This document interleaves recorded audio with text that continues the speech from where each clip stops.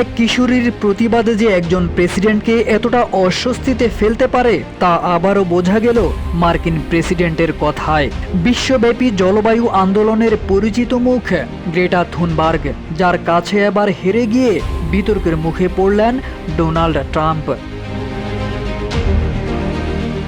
যে কিশোরীর কথায় একসময় কাঁপে জাতিসংঘ, তাকে নিয়ে এবার ব্যঙ্গ করলেন মার্কিন মোড়ল ডোনাল্ড ট্রাম্প। তিনি জানান, গ্রেটা থুনবার্গ একজন অদ্ভুত ও রাগী মানুষ, তার রাগ নিয়ন্ত্রণের ক্লাসে যাওয়া উচিত।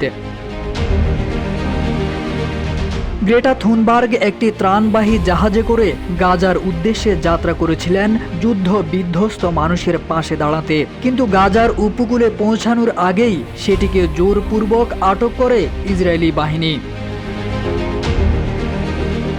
এই ঘটনার পর জাহাজে থেকেই ভিডিও বার্তায় নিজের অবস্থান জানান গ্রেটা।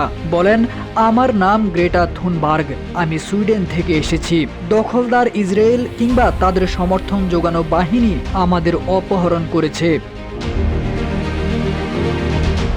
অপহরণ শব্দটি নিয়ে প্রশ্ন তুলতেই ট্রাম্পের আরও এক মন্তব্য আসে। তিনি বলেন, আমি মনে করি গ্রেটাকে অপহরণ করা হয়নি, তবে ইসরায়েলের যথেষ্ট সমস্যা আছে। তার এই মন্তব্যে যেমন গ্রেটার কণ্ঠকে হালকা করে দেখানো হয়েছে, তেমনি ইসরায়েলের পদক্ষেপকেও অনুমোদন করে দেওয়া হয়।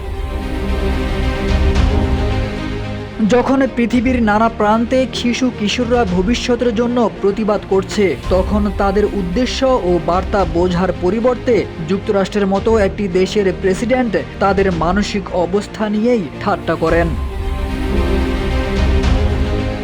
গ্রেটা থুনবার্গ হয়তো সত্যিই আলাদা, কারণ সে চোখে চোখ রেখে কথা বলে, আর সেই সাহসিকতাই ক্ষমতার আসনে বসা অনেককেই বিচলিত করে তোলে। 9 জুন সাংবাদিকদের সঙ্গে আলাপকালে গ্রেটা থুনবার্গের বিরুদ্ধে এসব কথা বলেন মার্কিন প্রেসিডেন্ট ডোনাল্ড ট্রাম্প।